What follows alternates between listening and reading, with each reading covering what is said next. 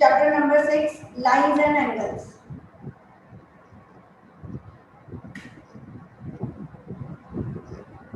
इस चैप्टर में आप लोगों को एंगल्स जो है वो ढूंढना है और थोड़ा सा आपका ज्योमेट्री का टू प्रूव वाला पार्ट चालू हो जाएगा। सबसे पहले हम लोगों को कुछ थ्योरम्स देखने हैं, तो let us start with the first theorem. Theorem हम अभी प्रूव करते हैं और थ्योरम का मतलब होता है कि एक तरह से मैथ्स का एक रूल जो आप ज्योमेट्री पे एज इट इज अप्लाई कर सकते हैं। जब आप बोलेंगे कि बाय थ्योरम ये ठीक है, मतलब एक रूल है जो आगे जाके हम लोगों को एज इट इज यूज करना है, लेकिन अभी फिलहाल हम उस थ्योरम को प्रूव कर रहे हैं, उस रूल को प्रूव कर रहे हैं। तो theorem number 1, if two lines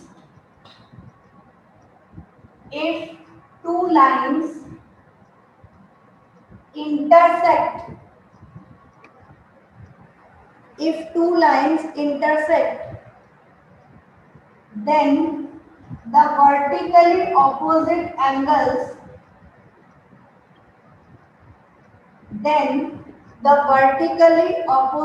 angles are equal.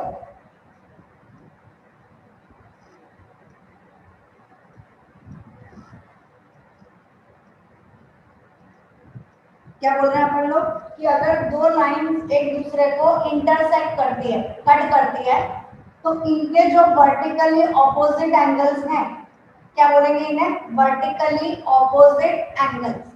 आगे जाके ये आपको कहाँ यूज आएगा? जैसे अपन को ये कोई ऐसे ट्रायंगल्स दे रखे हैं, ये पार्ट है, ये कट कर रहा है, तो हम क्या बोलेंगे कि this angle is equal to this angle because they are vertically opposite angle.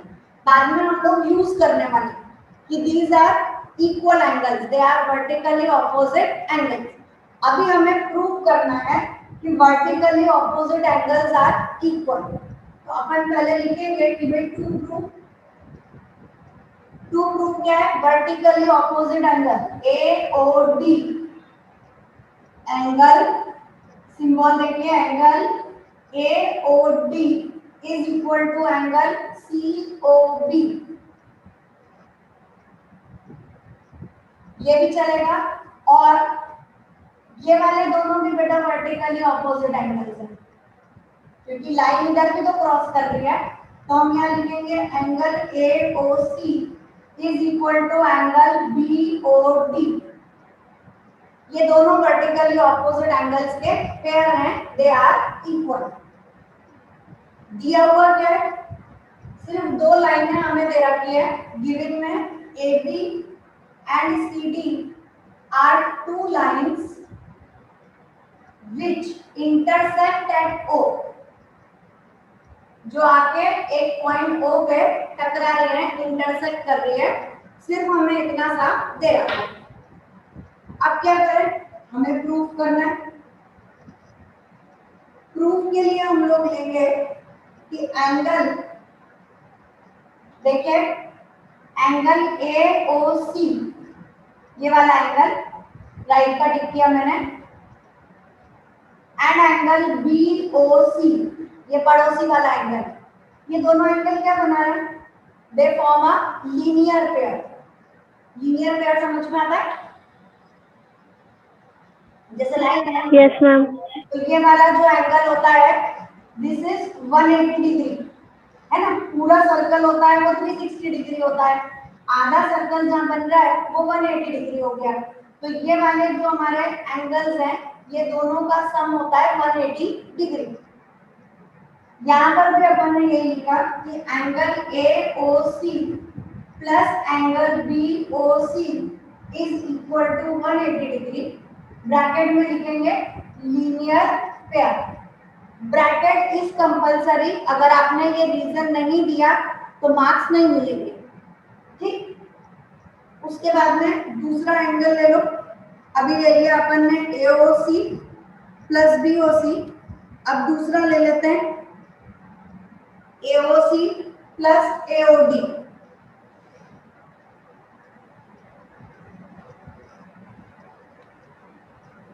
कौन सा लिया मैंने दूसरा? ये वाला AOC और AOD, मैंने अब ये वाला ले लिया, पहले ये वाले दो लिए, उसके बाद में ये वाले दो ले लिए। ये इक्वेशन 1, ये इक्वेशन 2। देखिए दोनों के राइट हैंड साइड इक्वल है, ये 180 डिग्री है, ये भी 180 डिग्री है ना। इफ अपन ने क्या पढ़ा था, if A is equal to B, ये यूक्लिड का पार्ट मैं आपको समझा रही हूँ, लिखना नहीं है बेटा, यूक्लिड ज्योमेट्री हमें लिखनी नहीं है। लेकिन देखिए अपन ने क्या पढ़ा था, if A is equal to B and B is equal to C, then A is equal to C, है ना। तो यूक्लिड भी हमने पढ़ी है, वो ये ज्योमेट्री में काम आती है। अभी अपन ऐसा नहीं लिख रहे, अपन बोल रहे हैं since right hand side are equal, तो LHS आल्सो इक्वल। तो हम लिखेंगे फ्रॉम इक्वेशन 1 एंड 2 क्या हुआ, दोनों इक्वेशंस इक्वल हो गई। Angle AOC plus angle BOC, ये वाली पहले लिखी, AOC प्लस BOC ये रहा, is equal to AOC plus AOD। ये AOC इधर आएगा तो माइनस हो जाएगा, कट कर दिया अपन ने, क्या बचा, BOC is equal to AOD, ये लिखा अपन ने, BOC is equal to AOD, hence prove.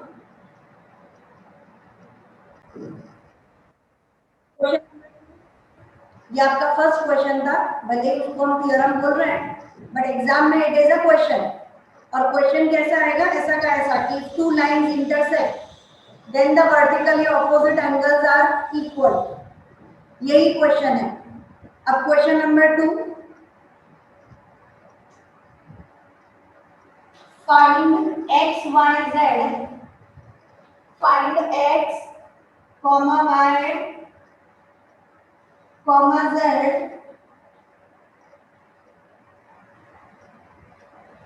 in the given figure।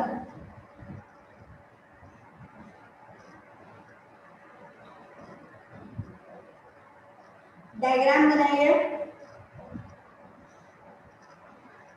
यहाँ पर ये एंगल 36 डिग्री दे रखा है, ये वाला आपके लिए x है, ये वाला y, ये वाला z। ये आपका question number 2। Then question number 3,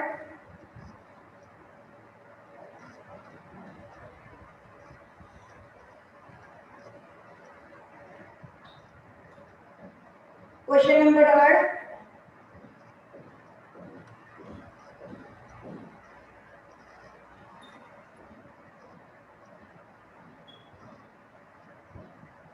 ये क्वेश्चन रहेगा फाइंड y।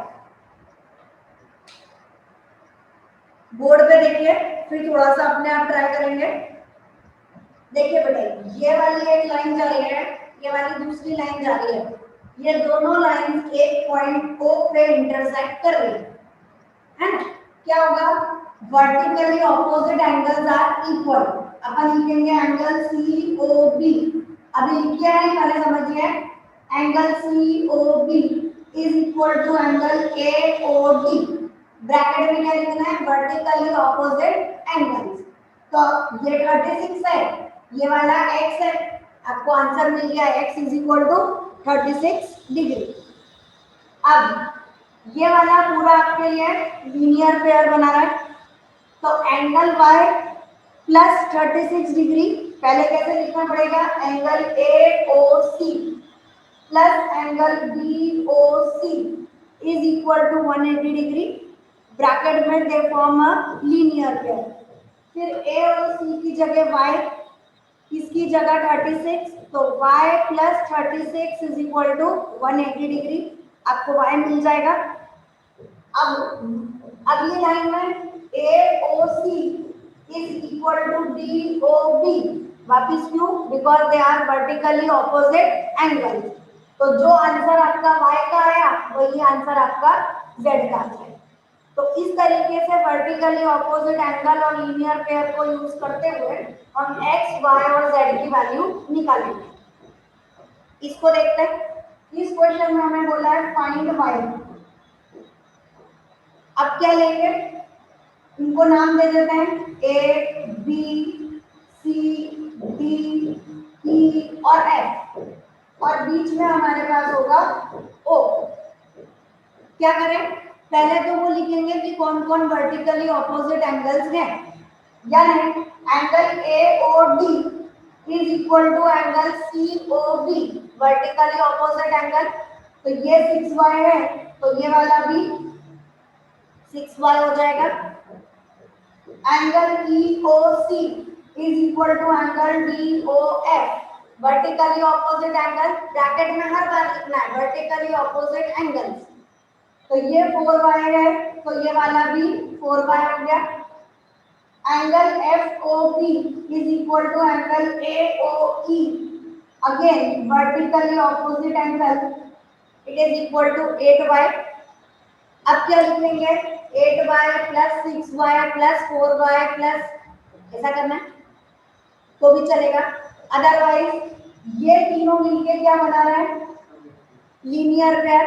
तो खाली इतना सा ले लो, पूरा लोगे तो 360 डिग्री लेना पड़ेगा, पर रीजन क्या दोगे, सर्कल तो नहीं है। तो अपन क्या ले लेंगे, ये प्लस ये नाम लिखना है, angle E O A plus angle A O D plus angle D O F forms a linear pair equal to 180 degree.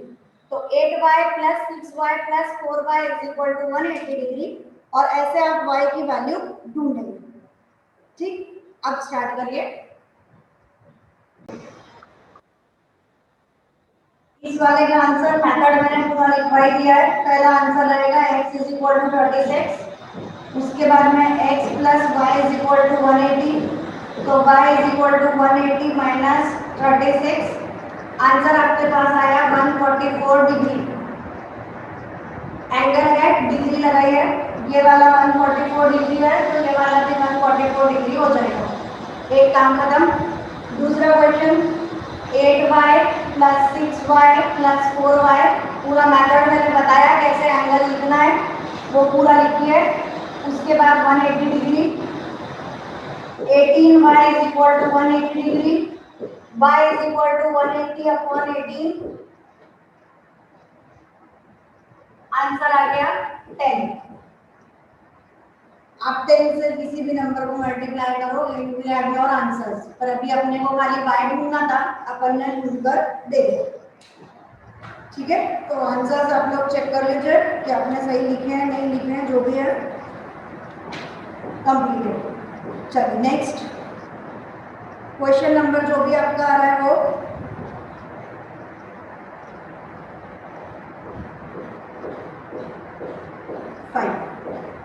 It is again a theorem, but आप क्वेश्चन नंबर लिखिए और साथ में थ्योरम भी लिख दो। थ्योरम 6.2 और question number 4, if a transversal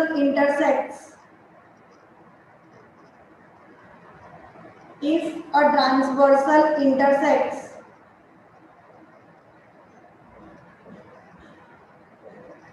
two parallel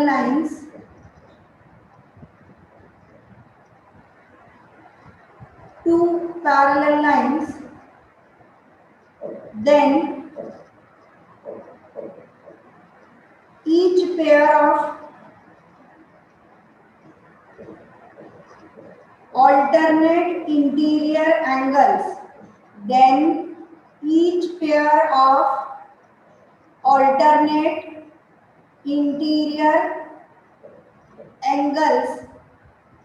are equal। हमारे पास दो पैरेलल लाइन हमें बोली है कि ले लो, ये हमने दो पैरेलल लाइंस ले ली। इन दो पैरेलल लाइंस को जो लाइन कट करती है, ऐसे पास होती है, उसे हम कहते हैं ट्रांसवर्सल। लैंग्वेज आपको पता चले कि ये दोनों लाइन है पैरेलल, और इन्हें कट करती हुई जो लाइन यहाँ से आ रही है, it is called as transversal. तो अब ये दो लाइनें हो गई ए बी सी डी, ये जो ट्रांसवर्सल है इसको हमने नाम दे दिया एल एम। इसके बाद में अपन कुछ एंगल्स को नाम देंगे, कुछ भी नाम दे दिए, 1 2 3 उसके बाद यहाँ पे 5 6 7 8। ऐसा क्यों करता है कि जिससे हमें बार बार पूरा ये ना लिखना पड़े कि AOL AOB, उन सब चीजों का शॉर्टकट हमें मिल जाता है कि हम एंगल 1 2 3 4 ऐसे नंबर्स यूज कर लें। इसका सेंटर O ले लो, इसका सेंटर P ले लो, कुछ भी सेंटर लेने से मतलब है थोड़ा ठीक लगे अपने को। ठीक, अब प्रूफ क्या करना है कि if a transversal intersects two parallel lines, then each pair of alternate interior angles are equal. अब alternate interior किसे बोलेंगे? इंटीरियर मतलब अंदर की तरफ। ये वाला अगर हम पार्ट लें तो ये बाहर हुआ, ये अंदर हुआ, ये दोनों एंगल अंदर वाले हैं। ऐसे इसके लिए देखेंगे तो ये बाहर का हिस्सा, ये वाला अंदर का हिस्सा, यानी ये वाले दोनों एंगल इंटीरियर कहलाएंगे। पता चल रहा है?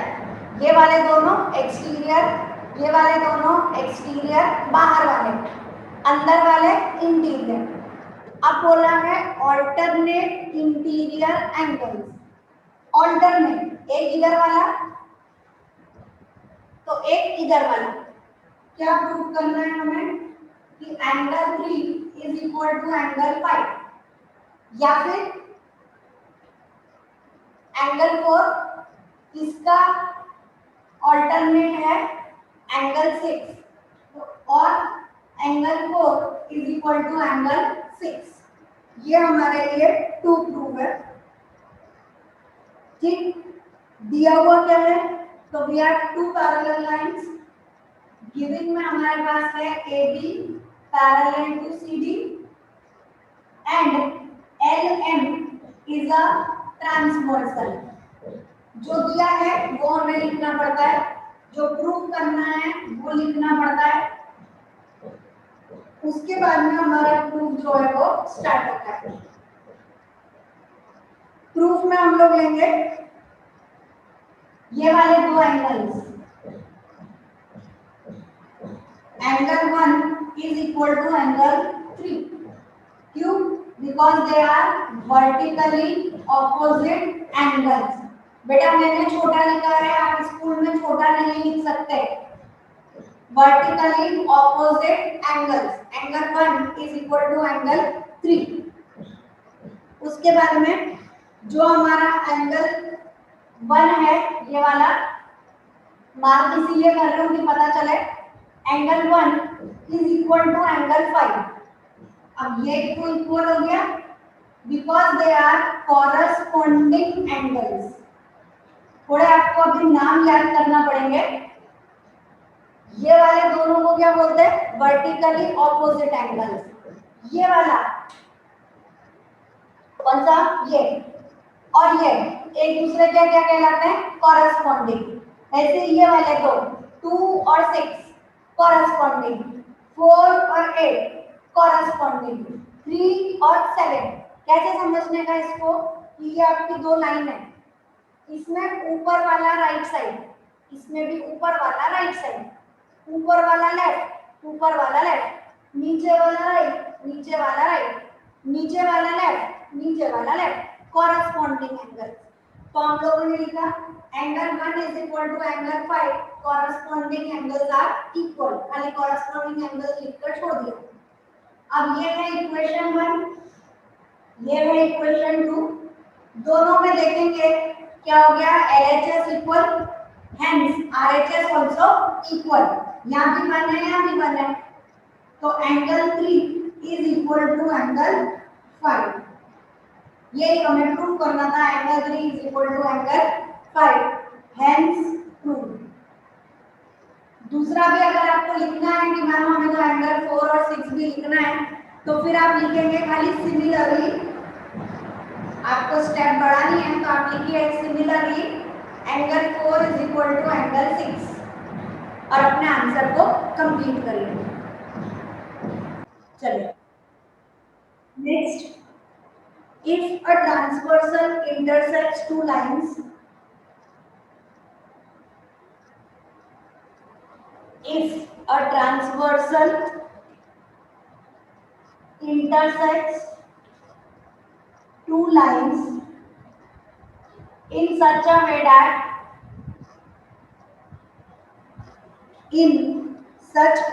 that alternate interior angles are equal. In such a way that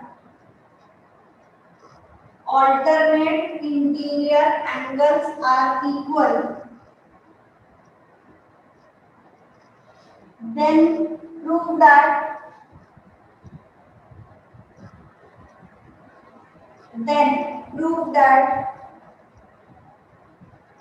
the two lines are parallel.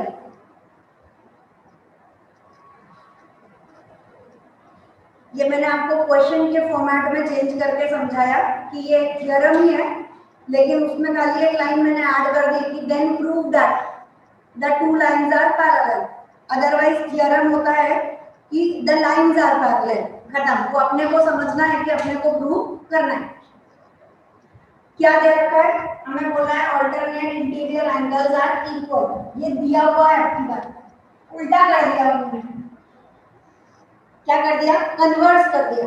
पहले बोला था पैरेलल लाइंस हैं तो angles alternate interior angles are equal. अभी बोला है alternate interior angles are equal तो prove that the lines are parallel. ठीक है, तो गिवन में हमारे पास है angle 3 is equal to angle 5 और प्रूव क्या करना है कि AB is parallel to CD। उल्टा हमें प्रूव करना है। क्या लिखे? वैसा का वैसे ही हम शुरू करेंगे। हमारा प्रूफ शुरू होगा कि angle 3 is equal to angle 5 given, ये हमें दे रखा है। उसके अलावा angle 3 is equal to angle 1, जैसा अपन ने वहां पे पहले किया था। Angle 3 is equal to angle 1, sorry, vertically opposite angles. इससे हमें मिल गया, क्या मिला कि LHS इक्वल है, ये इक्वेशन 1, ये इक्वेशन 2। तो हमें मिल गया क्या कि angle 5 is equal to angle 1। अब बोर्ड पे पहले अपन ने देखा था कि 1 और 5 इन्हें क्या बोलते हैं? They are called as corresponding angles. तो यहाँ स्टेटमेंट जाएगा कि since corresponding angles are equal so AB is parallel to CD। देखो पैरेलल है तो कॉरेस्पॉन्डिंग एंगल्स इक्वल है, कॉरेस्पॉन्डिंग एंगल्स इक्वल है इसलिए वो पैरेलल है। तो हमने प्रूव कर दिया कि एंगल 5 और एंगल 1 इक्वल है। ये दोनों कॉरेस्पॉन्डिंग एंगल्स हैं, they are corresponding angles and they are equal, दोनों बातें। So AB parallel to CD।